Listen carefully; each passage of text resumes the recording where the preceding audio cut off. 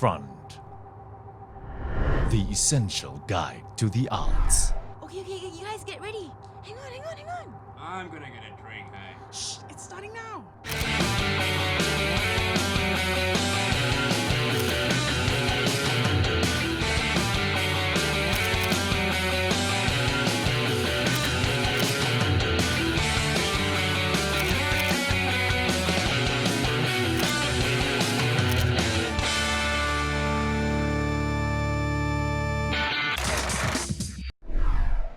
It's the all-new season of Front, your essential guide to the best of the best of the best of the arts.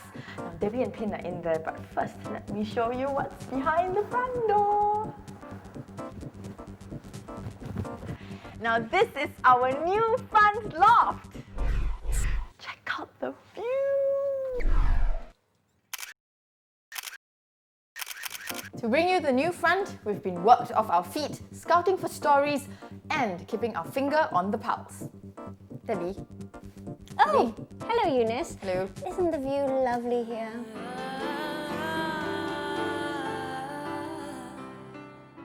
Debbie! Where's Pin? Dunno. Where is Pin? Isn't he supposed to be in there? You know, we've also brought back our acid-tongued but still lovable reviewer, Pin. Who's supposed to be in there? Pin. Pin? Okay, I heard you! Seriously, those girls are slave drivers. So, you've got your reviews now. I hope you're happy. Please send alcohol. Thank you. And we have a whole stable of critically acclaimed artists who'll be interviewing our big art stars. Like this week, we have Karen Tan, and she'll be taking us backstage to the new Finger Players play. Because she can't do it, right? Right, Najib, you're an icon, a legend in your own time. That's what they call people who've been in the art scene too long, isn't it? Anyway, what segment is Najib hosting? Debbie, it's in the script. No, read the script. Oh yes, of course. Najib is doing our face-to-face segment, and that's an interview segment every week.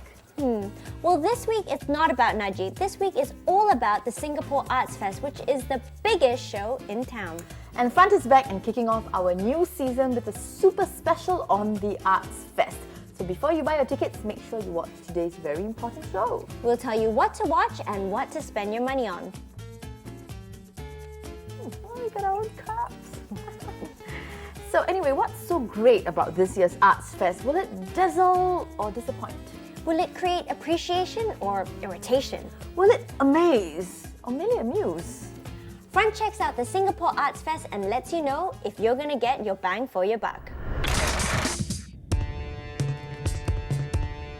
It's been 30 years, and 3 decades later, the Singapore Arts Festival is proud to say it's the longest-running art event in Singapore. For what it's worth, the festival is still doing what it does best, bringing art to the people. Through the 30 years of the festival history, we've played a very critical role, seminal role in actually developing the art scene in Singapore and transforming the cultural landscape of Singapore. So I think the festival has been quite a major force in the development of professional theatre companies. While looking at this year's program lineup, there's been a definite marked increase of local acts, jumping to 40%, which some might say has been at the expense of great international acts. We want to emphasize, our commitment to Singapore artists this year, and also emphasizing the role that the festival played, in nurturing and upgrading our artists. Well, the Tang Quartet is definitely flying high and enjoying the perks. They are collaborating with one of UK's leading directors, Cathy Boyd of Scotland's Theatre Cryptic, creating together a performance that is like no other. They are so brave, and that's what I absolutely admire about them. They're incredibly professional, they work really hard, but what's been fantastic is you can just push them that bit more. Titled Optical Identity, the Tang Quartet takes on multi-dimensional roles as musicians, performers and stagehands against a backdrop of multimedia visuals from world-renowned Swiss digital artist Yash. Moving out of their comfort zone, the Tang Quartet will be going that extra mile in the name of art. We have to memorize music, we have to remember the dance step, well, not dance steps, sorry. Where to walk, the moves, where to walk, and when is the moment that I need to turn to play to.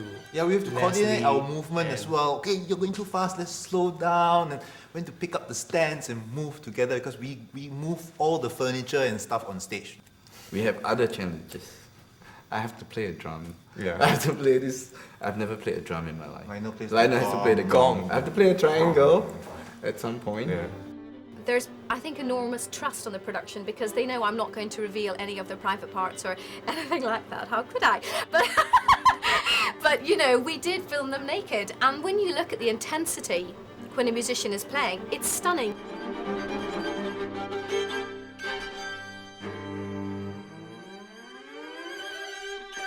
Well, in every festival, we try to develop productions that champions new boundaries, that champions new visions of creation. And we have been very interested in exploring intercultural or interdisciplinary work and works that have a very kind of special quality about them. Pushing local talent to take risks and to develop their artistry is something the festival prides itself on. For festival veteran Mark Chun, who has been in 6 Singapore Arts Festival, this year he's attempting his most multi-layered and personal piece of work. 10 or 11 years ago, when I had a dream, I was staying in a friend's house in Amsterdam, and in his house, he collects images and statues of Guan Yin. One of those nights that I was staying there, I had a dream. Guan Yin appeared to me. Guan Yin was confronting me, and she said, you're always asking me for a sign. Your life is the only sign which you will have. Working with contemporary dancers, Mark has fused mantra chanting, club sounds, traditional Chinese flutes, and his old-school pop roots, bringing music, dance, and video together. The Arts Festival audience, we as the artists, and the world has come to a point where we are ready to listen to, watch, and accept many various things. And we will all interpret it in various ways. And I, as the artist, am the last person to want to dictate to someone how you're going to watch the show, because they're all going to take different things away from them, with them.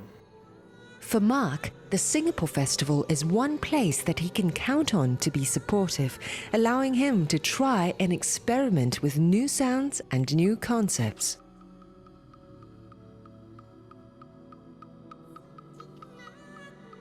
I think the most important thing about the festival and the Singapore Arts Festival is that it celebrates life and living, and provides a platform and provides an urgency for us to always to rethink, to re-look at how we view the world. It's clear the Singapore Arts Festival continues to drive the local scene in a big way. So if you're here to see our local artists shine with creativity, push their limits and elevate their vision, then make a date with the Singapore Arts Festival. We promise you, you won't be disappointed. The Singapore Arts Festival starts from the 25th of May to the 24th of June. I'm not sure what to catch this year, Eunice. Any suggestions? You might just like what's coming up. It's definitely a good year at the Arts Fest, Debs. It starts off with a bang as these amazing artistic acrobats swam the padang and perform incredible feats in the air. Sounds dreamy. And it's free too. Just like all the best things in life. What's next? I'm definitely checking out these heavyweights of the dance world. Bill T. Jones and the Ani Zain Dance Company team up in Blind Date, where politics, morality, and a majestic stage presence create a performance that's gotten rave reviews worldwide. And there's genius conductor Tan Dun. We've got to check out his paper concerto, where all the instruments are made from paper, like paper cymbals and a paper thunder tube invented by Tan Dun himself. Paper thunder tube? Never mind. All will be revealed at the Arts Fest. But now it's time for our favourite puppets. They're back. Of course we're back! We put the essential into Essential Guide to the Arts. You're right, Auntie. No wonder they upgraded us to this luxury pad. It's about time. It's all about respect. We are the power animals of the art scene. You go, Auntie. By the way, who owns this place? No artist could afford this luxury loft. In the art scene, darling, it's not about what you know, it's who you know. Well, I know Eunice. Does it count? No. Ooh, you need to get out more, Farty, and network. It's the Arts Festival, after all. So, what are you watching?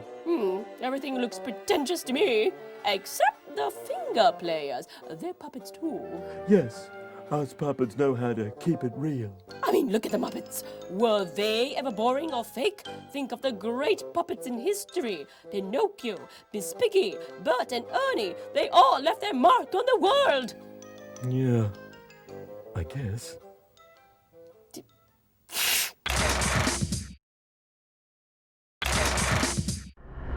The arts guys? Oh, sorry. Yeah, thanks.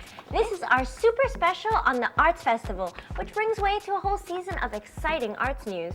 You know, some of these performances look really fascinating, and I think one of the most imaginative plays on the festival circuit is the Finger Players tribute to director Wong Kar-wai, and it's performed by the only puppet theatre troupe in town. I like the title, Dreams of Wong Kar-wai. Except, what does Wong Kar-wai and puppets have in common? I like the way you say Wong Kar-wai, right? It's sort of weird. And this week, Karen Tan, one of our favourite actresses, will bring us into the backstage action of Dreams of Wong Kar-wai and tell us why it's a must-watch.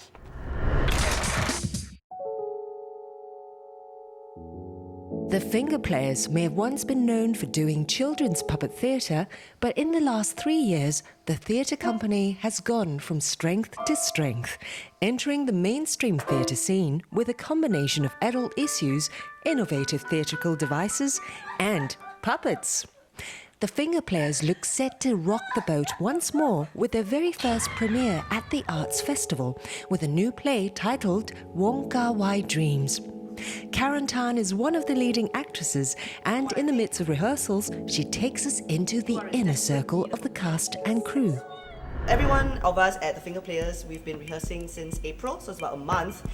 And finally, I think we kind of understand each other a lot more, and I want you all to meet them because they're very special to me, and I feel a lot for them. You know, we're really just one big happy family. Hi guys! You're late, hello. Zi Jian, company director of the Finger Players, is an obsessive Wong Kar-wai fan. He spent 2 years musing over how to approach Wong Kar-wai's tangled themes of reality and illusion until one fateful day. So, Zi Chen, can you just tell us why Wong Kar-wai? I mean, why have you chosen him to be the topic of this play? That idea kind of floated around for a couple of years. Then I stumbled upon a book, I think it was 2 years ago, which was Einstein's Dreams. And it was basically a take on if Einstein were to dream, what would be his dreams be like?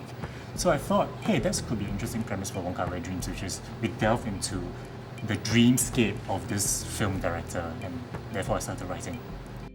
The design of the set plays a crucial role in creating that dreamlike state of reality.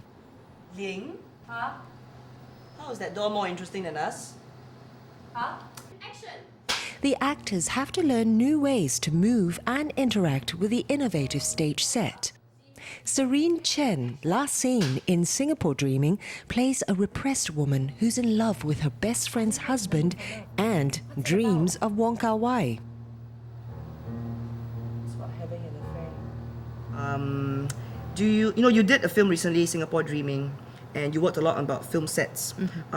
Is this very similar to sort of sets that you get on film, or do you think it takes that into a theatrical sort of level? It takes it into a theatrical level for sure. I mean, even the way that the set is being used is interesting, and that is very filmic. There's that peeling away, there's that entering into a more claustrophobic space, a more intimate space, into memory. Yeah, interesting. Their innovative use of puppets have garnered them the most invites globally, making them the most sought-after players in town. Something the festival recognizes finally, and it's the first time the finger players have been included in our very own arts festival. Coming to the arts festival, I think it's about time that we are in the arts festival platform, because then we are showing to a bigger audience, in the sense an international audience, that this is who we are and we're comfortable with that. I can't remember. I must have woken up. Anticlimax. For a touch of theatre that is heartfelt and haunting, don't forget to catch the world premiere of Wong Kar-wai Dreams at the festival.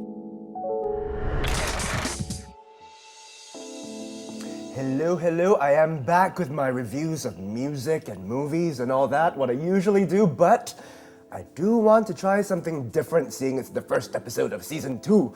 So, let's just get on with the music first, shall we? Travis, the boy with no name. Not bad, a bit samey, but worth your money. Fields, Everything Last Winter. If you like your indie music quiet and jingly-jangly, this is it, but you need to get a life. Groove Armada Sound Boy Rock. Very fun, get it if you like boogie-woogieing. Kitaro Essential. Bjork, Volta, very lovely. Tori Amos, American Doll Posse, go get it now, it is super duper. Okay, now that we've gotten that out of the way, I've never talked about theatre before. Not on front, because I stuck to the movies and the music, but I need to get something off my chest. I need to say this, I care about theatre. I have to warn you, I would be talking about a musical, so I might offend some people and a lot of gay men, but I have to say it! Phantom of the Opera. 100,000 tickets. It's a lot to sell. For a local production to sell 100,000 tickets, you need the whole cast to be buck naked, and the dim sum dollies, and they have a show coming up soon. The dim sum dollies just prancing around, Fan and Zoe snogging. We have art from Singapore. You might be surprised how much you like it. Ladies and gentlemen, the Phantom of the Opera has left the building. I am Pin. Goodbye. You know what? I didn't know that they were going to give Pin a room all to himself. Anyway, more on the Arts Fest special after the break as Najib comes face to face with jazzman Jeremy Montero. But first, Artie and Fatih have a bone to pick. Animals. You know, Fatih, everyone loves us on the show. Not like Pin. The viewers have a love-hate relationship with him. Well, I like him. Not everyone has a point and makes sense. Well, it's all subjective, isn't it? You may like Mark Chan. I may not like Mark Chan. You may like Jeremy Montero and jazz. I don't like jazz. Well, who then gets to decide what's good and not? My point is that everybody has something to offer. If you don't have an open mind, then you're missing the point, the whole point of art. Okay, so what's the point of art? Well, nowadays, other than the usual definition of art, everything can be art. The art of drinking, the art of eating, the art of moving, the art of cooking, the art of talking. The art of listening. Fatih! Fatih!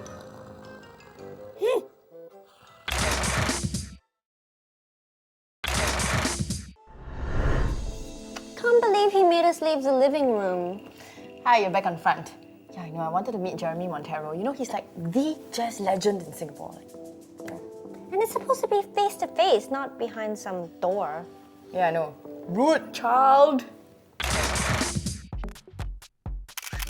Today I'll be interviewing Jeremy Montero. Now, not only I'm going to talk to him about his concert in the Arts Festival soon, but more importantly, I want to know because Jeremy Montero has been receiving this really high profile and prestigious award, international award. Now, he's just a musician, but how did this award land in his hands? And that's what I want to know. So, let's find out.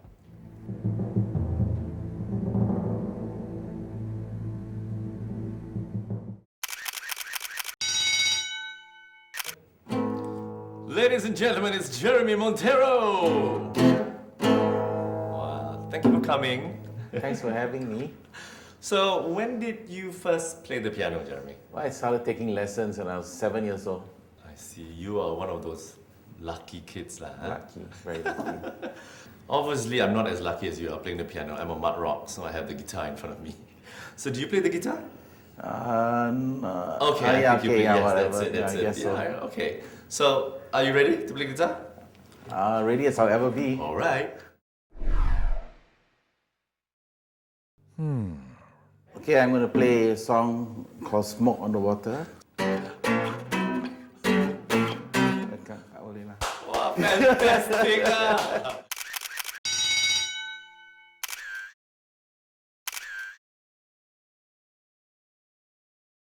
Now, one of those awards that I'm really amazed that I read about you, that you won this award, an international award, and the people that have actually gotten the award is like people like Nelson Mandela, Mother Teresa. Well, it's a long name for the award. It's called Yeah. Lifting Up the World with a Oneness Heart Award. And it was given out by this guy called Sri Chinmoy, who's the head of the Interfaith Meditation Group at the United Nations. I see. It was very nice. I'm totally unexpected. It was totally unexpected. But how did you get there? I mean, how do people know about it? Unlike the cultural medallion, people nominate you, you sort of know Yeah. about it, then you wait to see if the panel, gives it to you. But with this one, it was just like a bolt of lightning out of the sky. I was very surprised and very pleasantly.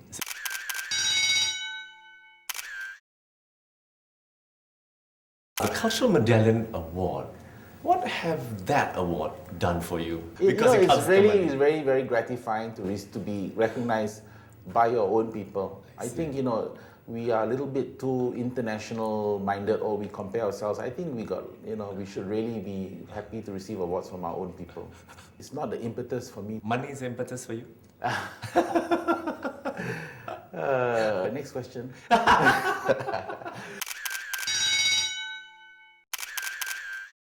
So I seldom listen to jazz music as well. So how does one have to be in a state of mind to enjoy jazz? Are you scared? No. I'm scared to scat.